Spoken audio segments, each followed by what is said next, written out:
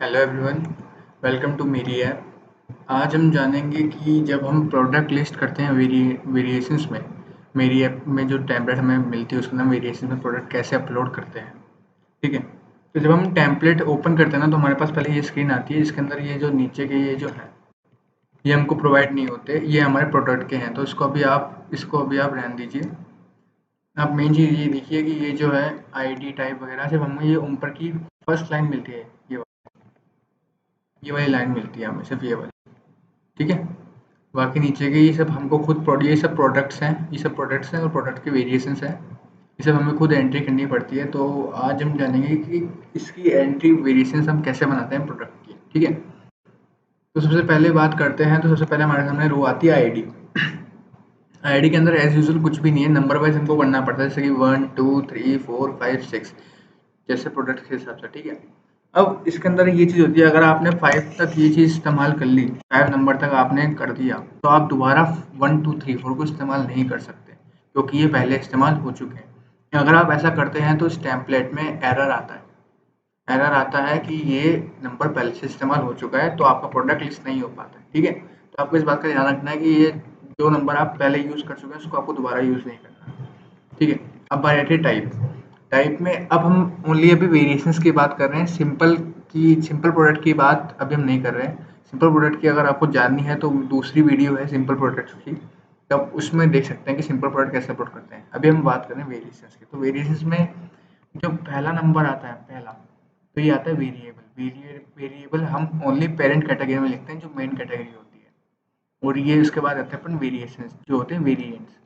ये हो गया पेरेंट, और इस पेरेंट के अंदर वेरिएंट्स। वेरिएंट्स मतलब स्मॉल साइज हो गया, कलर हो गया, कुछ भी, वो वेरिएंट्स आते हैं, सब वेरिएंट्स होते हैं। ठीक है, साइज कलर सब वेरिएंट्स होते हैं। और ये जो वेरिएबल है ये है पेरेंट। अब ये पेरेंट की मेन आईडी है, मैंने सपोज की मैंने लिखा VO001, ये इसकी एसक्यू आईडी है मेन।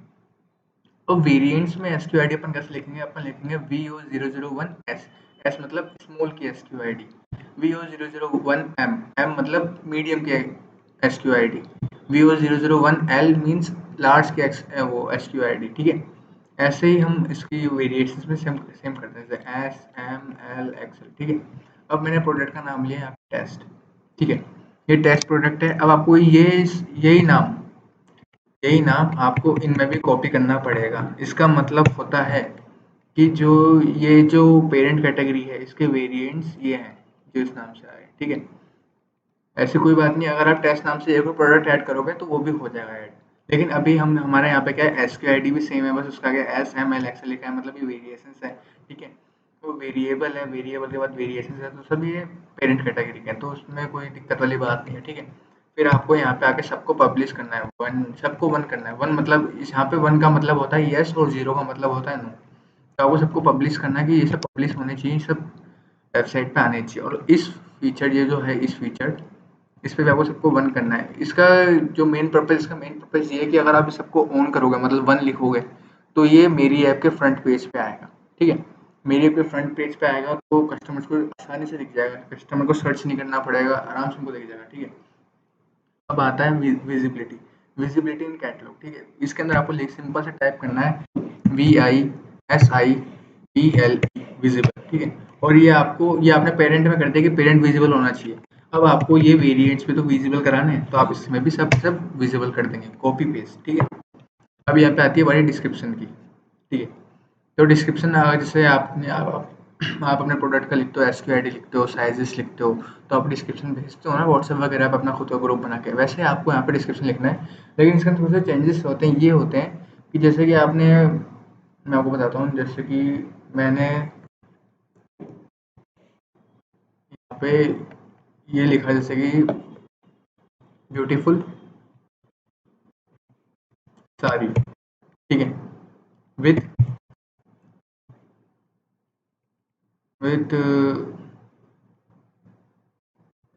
Cotton stuff. ठीक है, ये मैंने लिया, मैंने उसको कॉपी किया। अब मेरे को उसको एचटीएमएल में कन्वर्ट करना है। अगर आप लोगों को नहीं पता एचटीएमएल में कैसे कन्वर्ट करते हैं, आपको बता देता हूँ।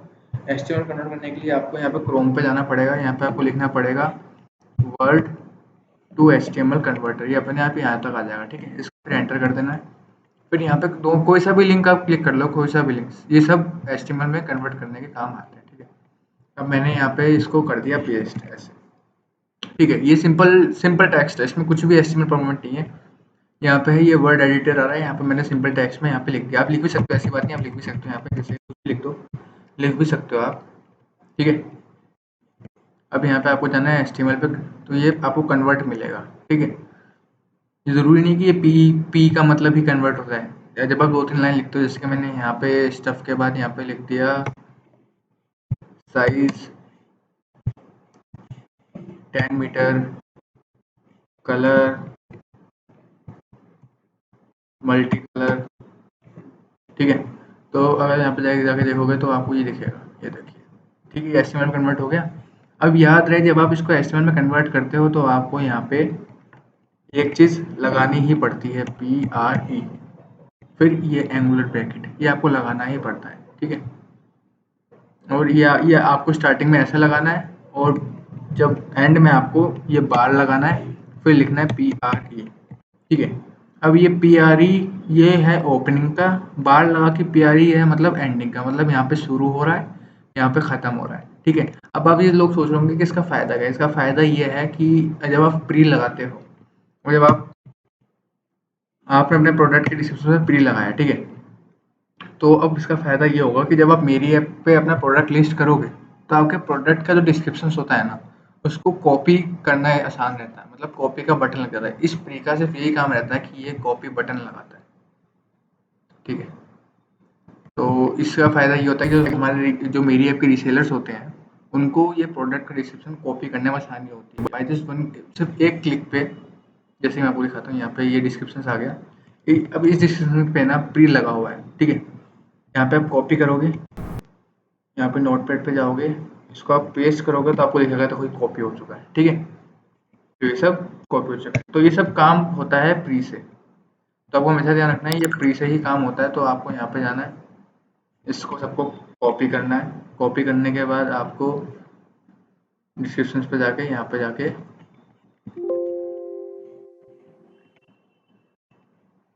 ठीक है, 2 मिनट मैं आपको दिखा देता हूँ कि ठीक है, तो यहाँ पे जाके आपको यहाँ पे इसको पेस्ट कर देना है। ठीक है, मैंने पेस्ट कर दिया। तो जब आप पेस्ट करोगे तो ऐसा कुछ आपके सामने ऐसी एक्सेल शीट आपकी ऐसी हो जाएगी। तो इसमें दिक्कत वाली बात नहीं है, आपको सीधा सिंपल होम पे जाना है। अभी मैं पहले से होम पे हूँ, लेकिन अगर आप जैसे यहाँ पे हो तो आपको होम पे जाना है। यहाँ पे ये वेब टैक्स दिख रहा होगा, इस पर क्लिक करना है तो ये नॉर्मल मोड पे आ जाएगा फिर। ठीक है, अब यहाँ ध्यान रहे, आपको शॉर्ट डिस्क्रिप्शन को ब्लैंक छोड़ना है, यहाँ पे कुछ नहीं लिखना है। आपको जो कुछ लिखना है सिंपल डिस्क्रिप्शन में लिखना है। ठीक है, इसको कॉपी करना है और इसको इसमें पेस्ट कर देना है। ठीक है, अब बारी आती है डेट सेल की। डेट सेल प्राइस स्टार्ट्स, मतलब आपकी जो प्रोडक्ट की सेल थी कब शुरू होगी। आपको इसको कुछ नहीं करना है, ब्लैंक छोड़ देना है, और सेल कब खत्म हुई इसको भी आपको ब्लैंक छोड़ देना है। फिर बारी आती है टैक्स स्टेटस के। टैक्स स्टेटस में आपको लिखना है टैक्सेबल, मतलब हमने पहले से करना टैक्स लगा रखा है। ठीक है, इन सबको जैसे कि मैंने लिखा टैक्सेबल लिख दिया, तब आपको इसको भी यहाँ पे ऐसे कॉपी कर देना है इन सब में, क्योंकि इन सब वेरिएंट्स में टैक्स लगे। ये हमको पता है। ठीक है, मेरी ऐप को पता है, लेकिन मेरी ऐप की ऐप को नहीं पता, वेबसाइट को नहीं पता, तो उनको बताने के लिए आपको ये शो करना पड़ेगा कि हाँ इसमें टैक्स लगा है हर एक वेरिएंट पे। ठीक है, फिर बारी आती है टैक्स क्लास। तो मेरी ऐप का बाय डिफॉल्ट होता है GST-5। GST-5 लिखना है आपको। ठीक है, उसके बाद आपको आपको याद रहे कि GST-5 आपको पेरेंट कैटेगरी में लिखना है, वेरिएबल में लिखना है, वेरिएशंस में नहीं लिखना है। वेरिएबल में GST-5 लिखना है और वेरिएशंस में आपको पेरेंट पेरेंट पेरेंट पेरेंट लिखना है। याद रहे, जो ये वेरिएबल है ये मेरा पेरेंट कैटेगरी है, और जो वेरिएशंस है मेरे वेरिएंट्स है, मतलब स्मॉल मीडियम साइज कलर, ये वेरिएंट है। ठीक है, पेरेंट होगा वेरिएबल और ये हो गया वेरिएशंस। ठीक है, यहाँ पे अपना पेरेंट पेरेंट कर दिया। ठीक है, अब यहाँ पे बारी आती है इन स्टॉक। इन स्टॉक में आपको करना है कि जैसे कि 10, जैसे मैंने आपको बताया था 1 का मतलब यस होता है, 0 का मतलब नो होता है। ठीक है, अब आप यहाँ पे 1 करेंगे मतलब यस कि हाँ ये मेरा जो प्रोडक्ट है, जो ये मेरा पेरेंट है, वो अवेलेबल है, स्टॉक में है। ठीक है, तो आपको इन सब साइजेस में भी करना है कि हाँ मेरे पास ये साइजेस भी अवेलेबल हैं। ठीक है, अब बारी आती है स्टॉक की। ये इन स्टॉक ये पूछ रहा था कि स्टॉक में है कि नहीं है, आपने कर दिया अपन मतलब यस हाँ है। अब बारी आती है स्टॉक की, स्टॉक में मतलब अब स्टॉक में है तो कितनी क्वांटिटी में है। तो जैसे कि मेरे पास मैंने बाय डिफ़ॉल्ट ले लिया, स्मॉल में है मेरे पास 20, इसमें है 20, इसमें 20, इसमें 20। याद रहे पेरेंट कैटेगरी को आपको ब्लैंक छोड़ना है। आपको वेरिएंट्स के अंदर जैसे स्मॉल साइज़ में मेरे पास 20 है या किस साइज़ छोड़ो, आपने जमाना है यहाँ पे स्मॉल की जगह पे आपने कलर ले रखा है, तो यहाँ पे पिंक पिंक करना तो आप यहाँ पे पी लगा दो, और ब्लैक करना था यहाँ पे बी लगा दो, VO001 बी लगा दो, फिर ग्रे करना था VO001 जी लगा दो। स्टार्टिंग के लेटर्स लगाने हैं आपको, ठीक है। तो यहाँ पे मैंने 20 कर दिया, बहुत ईजी, ठीक है। अब यहाँ पे आते हैं लो स्टॉक अमाउंट, तो आपको इसको ब्लैंक ब्लैंक छोड़ देना है। बैक ऑर्डर्स अलाउ मतलब बैक ऑर्डर्स अलाउ का मतलब ये है कि अगर आपका जो स्टॉक है वो ख़त्म हो जाए, उसके बाद भी आपको ऑर्डर चाहिए, तो आपको उसको ज़ीरो कर देना है, क्योंकि जब अगर स्टॉक नहीं हो तो आप ऑर्डर क्या करोगे, तो आप उसको ज़ीरो कर देना पेरेंट में भी और वेरिएंट्स में भी, ठीक है। फिर आपको सोल्ड इन्वेंट इंडिविजुअली करना है, मतलब स्मॉल का आपको अलग से प्रोडक्ट दिखाना है, लार्ज का आपको अलग से प्रोडक्ट दिखाना है, तो आप इसको वन कर सकते हो, लेकिन आपको यहाँ पे ज़ीरो करना है बाय डिफ़ॉल्ट। ये आपको ब्लैंक भी नहीं छोड़ना है, ये आपको ज़ीरो करना है, ठीक है। अब आ जाती है वेट की। तो वेट अगर आपको एक्सरसाइज पता है कि मेरा ये प्रोडक्ट इतने वेट का है, मतलब 150 ग्राम है, 200 ग्राम है, तो आप ले सकते हो, लेकिन मैं बाय डिफ़ॉल्ट लूँगा 499 मतलब हाफ केजी, क्योंकि पैकेजिंग वगैरह सब कुछ मिला-मिलू के ये हाफ केजी का होता है, ठीक है। बाय डिफ़ॉल्ट ले लिया, बाय डिफ़ॉल्ट आप भी 499 ले सकते हो, लेकिन याद रहे कि जो वेट है ये है ना केजी में लेता है, ठीक है। ये केजी में लेता है, तो आपको यहाँ पे जब भी यहाँ पर अगर सपोज़ करो आपको 150 ग्राम है, तो आपको 0.150 लगाना पड़ेगा, ठीक है। देखो इसने ज़ीरो ऑटोमेटिक ले लिया, ठीक है। तो मैं लूँगा बाय डिफ़ॉल्ट 0.499 मतलब हाफ केजी, ठीक है। ये ज़ीरो अपने आप ले लिया, मतलब ये आपको खुद को भी दिख रहा है, ठीक है। अब लेंथ अगर आपको पता है तो आप लिखो, आप ब्लैंक भी छोड़ सकते हो। मुझे पता है तो मैं 8 ले रहा हूँ, 14 ले रखा है मैंने, और हाइट ले रखी है मैंने 5। ये लेंथ, ब्रेथ और हाइट अगर आपको नहीं पता या आपको टाइप नहीं करना तो आप छोड़ सकते हो उसको ब्लैंक, ऐसी कोई बात नहीं है, ठीक है। अब allow customer reviews, allow customer reviews में होता है कि अगर अच्छा आपने अपना प्रोडक्ट मेरी ऐप पे डाला, तो आप चाहते हो कि कस्टमर आपके प्रोडक्ट को खरीदने के बाद उसका रिव्यू दे कि अच्छा है, बुरा है, जो भी है। इससे होता ये है कि एक तो कस्टमर्स को पता चलता है कि आपका प्रोडक्ट बहुत लोग खरीदते हैं क्योंकि वो रिव्यूज़ दिखता है, और दूसरा ये कि मेरी ऐप का एक फंडा है कि अगर आपके प्रोडक्ट का रिव्यूज़ अच्छा है, तो वो पहले शो होगा, ठीक है। तो यहाँ पे वन कर दिया। पेरेंट कैटेगरी याद रहे कि आपको ओनली पेरेंट कैटेगरी पे इसको वन करना है, बाकी इस पे ज़ीरो करना है, क्योंकि पेरेंट कैटेगरी पे ही रिव्यू आएँगे, स्मॉल साइज़ में नहीं आएँगे। अगर आप इसको करते हो, अगर मैंने यहाँ पे वन भी कर दिया, तो मेरे जो लिस्टिंग है उसमें एरर आ जाएगा, मतलब ये लिस्ट नहीं होगा। तो आपको ओनली ये वन करना है, बाकी 000 कर देना है, ठीक है।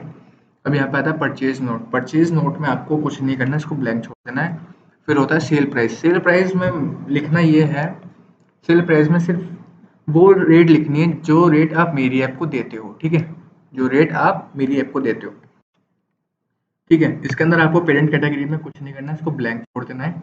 बाकी वेरिएशंस कैटेगरी में आपको इनके रेट लिखना है, मतलब मेरा सपोज करो आपको कोई प्रोडक्ट है, ठीक है। इसके 4 वेरिएंट्स है, कलर मान लो या साइज़ मान लो, मैं साइज़ मान के चलता हूँ, ठीक है। साइज़ है स्मॉल, मीडियम, लार्ज, एक्सेल, ठीक है। अब स्मॉल में कपड़ा कम लगता है, लार्ज में उससे ज़्यादा लगता है, मीडियम उससे ज़्यादा लगता है, और एक्सेल में उससे ज़्यादा लगता है, ठीक है। तो स्मॉल मेरा पड़ा 100 रुपये का, फिर ये मेरा पड़ा 150 रुपये का, फिर ये मेरा पड़ा 200 रुपये का, मतलब 50-50 रुपये बढ़ गए सब में, ठीक है। ये ऐसे बढ़ गए, ठीक है। और तो लेकिन मैं लेके चलूँगा 100, क्योंकि मेरा सबके सब बराबर चल रहा है। अगर आपके साइज़ के हिसाब से अगर आपका रेट बढ़ता है तो आप वो कर सकते हैं यहाँ पे, ठीक है। अब याद रहे ये सेल प्राइस हो गया, अब आता है रेगुलर प्राइस। रेगुलर प्राइस वो होता है कि जो आप कस्टमर्स को देते हो, ये आपको लिखना ज़रूरी है ताकि आप मेरी ऐप को बता सको कि इससे कम में नहीं देना है, क्योंकि ये मैं अपने कस्टमर्स को देता हूँ इस रेट में, तो आपको इससे कम नहीं देना है। तो मेरी ऐप को याद रहता है कि अगर ये 100 रुपये का मेरी ऐप को पड़ रहा है तो उसको 300 का नहीं बेचना है, 300 से कुछ ऊपर का बेचना है, ठीक है। तो ये ध्यान रहे। अब इसके 2 फंडे होते हैं, ठीक है। पहली बात तो ये कि जैसे सपोज़ करो कि आपका कस्टमर्स को भी आप 100 में दे रहे हो, मेरी ऐप को भी आप 100 में दे रहे हो, ठीक है। अब ये 300, तो मेरी ऐप पता है क्या करेगा? मेरी ऐप करेगा ये कि आपके प्रोडक्ट के आगे ये ऐसे सेल टैग लगा देगा। सेल टैग दिख रहा है आपको, ये वाला सेल टैग? आपको दिखा देता हूँ, ये वाला सेल टैग, ये जो है यहाँ पे सेल लिखा हुआ आ रहा है जो, ये सेल टैग लगा देगा। अभी सेल टैग के साथ से सपोज़ करो मैंने 100 रुपये लिखा, तो ये 100 हो गए, और जो मैंने 300 रुपये लिखे हैं, वो ये 300 का है। अब मेरी ऐप ने क्या किया, इस 300 को कटा के 100 दिखा दिए यहाँ पे, मतलब ये सेल का ऑफर लग गया, मतलब ये प्रोडक्ट 300 का था लेकिन मेरी ऐप इसको 100 रुपये का दे रहा है। इसका फायदा ये भी होता है, ठीक है, तो आपके प्रोडक्ट के ऊपर सेल लग जाती है तो कस्टमर सेल्स को देख के जल्दी आते हैं, ठीक है। तो ये आपका हो गया, इसमें भी आपको पेरेंट कैटेगरी को ब्लैंक छोड़ देना है, बाकी वेरिएंट कैटेगरी को आपको फिल कर देना है, ठीक है। अब यहाँ पे आती है कैटेगरी।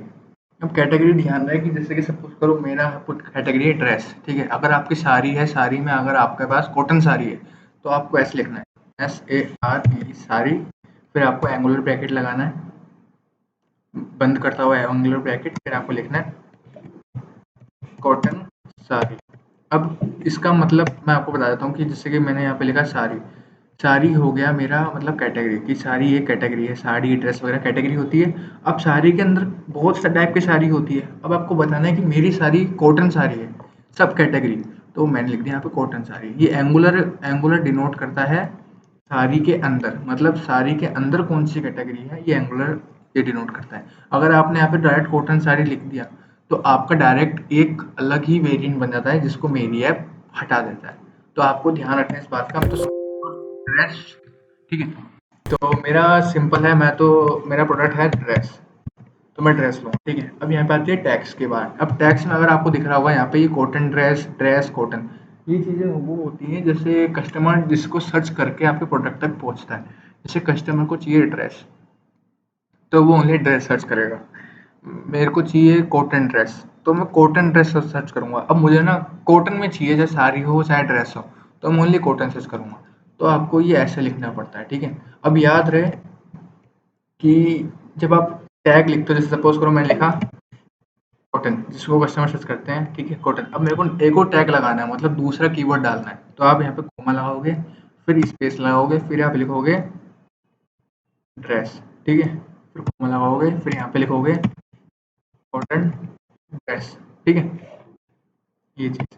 अब ये काम करते हैं, ठीक है, ये टैग्स बहुत ज़रूरी होते हैं आपके प्रोडक्ट को हाई रीच करवाने के लिए, ठीक है।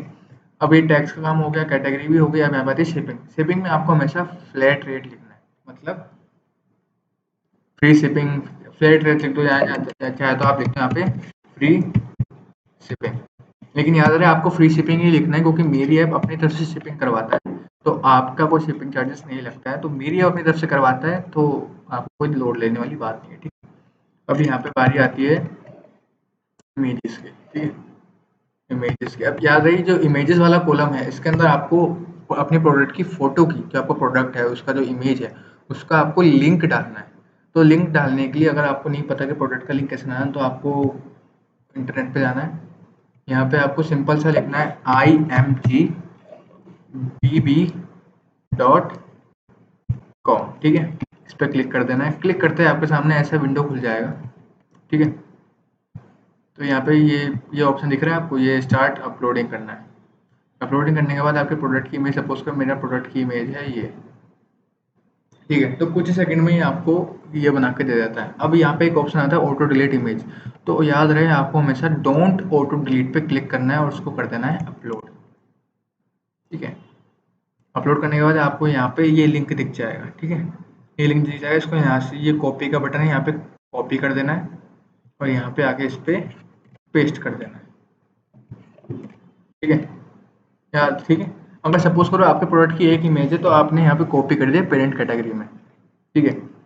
और सपोज करो जैसे आपका ये आपके अब साइज़ की बात नहीं करते, अब हम बात करते हैं कलर की, ठीक है, कलर की बात करते हैं। जैसे कि आपका ये पिंक कलर है, ये वाला, ये जो है ये है आपका पिंक कलर, ठीक है, तो ऐसी जगह मैंने पी कर दिया, ठीक है, पिंक कलर कर दिया। तो पिंक कलर का अलग हो गया, ग्रीन कलर का अलग हो गया, तो आपको क्या करना है, जैसे कि पिंक कलर का वेरिएंट है, सेकंड लाइन जो मेरी है पिंक कलर की, तो यहाँ पे मैं पिंक कलर की इमेज की लिंक डाल दूंगा। वैसे आपको लिंक बनाना है सेम टू सेम, ठीक है, मैंने पिंक कलर की लिंक डाल दी। अब ये वाली है ग्रीन, तो मैंने ग्रीन कलर की इमेज की लिंक डाल दी, ठीक है। फिर यहाँ पे है ब्लैक, तो यहाँ पे मैंने ब्लैक कलर का मैंने वो डाल दिया, ठीक है, ब्लैक कलर का डाल दिया मैंने। अब यहाँ पे है ग्रे, तो मैंने ग्रे कलर का डाल दिया, ठीक है। अब याद रहे आपने चारों का कलर के हिसाब से उसकी इमेज की लिंक डाल दी, कलर के हिसाब से डालनी है, यही नहीं कि आप सेम इमेज डालो। मैं सेम सिर्फ टेस्ट के लिए रख रहा हूँ, लेकिन आपको ध्यान रखना है कि आपको कलर वाइज प्रोडक्ट की इमेज की लिंक डालनी है। अगर आपकी 1 या 2 या 3 इमेज है और आपको कोई वेरिएंट नहीं है, तो आपको कोई ऐसी बात नहीं है, आप तब भी आप ऐसे आपको अलग-अलग करके लिखना है। लेकिन याद रहे, जो 4 लिंक आपने इसमें डाले हैं वेरिएंट्स में, वो 4 लिंक आपको इसमें भी डालने पड़ेंगे पेरेंट में, इस वाली में, ठीक है? इस वाली में डालने पड़ेंगे। वो कैसे? जैसे कि मैंने पहले प्रोडक्ट की लिंक डाली, मैंने इसकी लिंक ये डाल दी, ठीक है? अब इसकी लिंक डालनी तो मैं क्या करूँगा, कॉमा लगाऊंगा और इसको डाल दूंगा, ठीक है?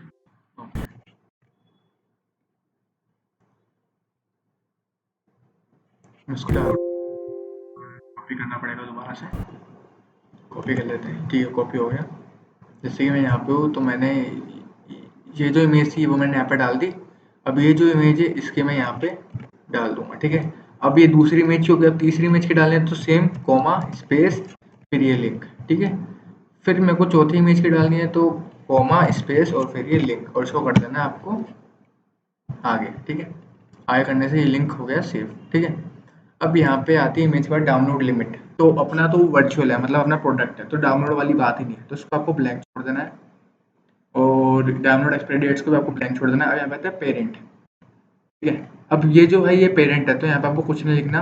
अब ये वेरिएंट्स है, अब इसको, अब आपको कंप्यूटर को ये बताना है अपने, या मेरी आपकी वेबसाइट को ये बताना है कि ये जो 4 लाइन है इसका पेरेंट ये है, ये जो 4 लाइन है ये वेरिएंट्स है किसके, इसके। तो आपको क्या करना है, यहाँ पे जाना है, ये जो है, जो मेरे पेरेंट की इसकी आईडी VO001 जो सिंपल वन है, जिसके अंदर कुछ भी HTML एक्सेल कुछ भी नहीं है, इसको यहाँ से कॉपी करना है और यहाँ पे आके पेस्ट कर देना है, ठीक है? पेस्ट कर दिया।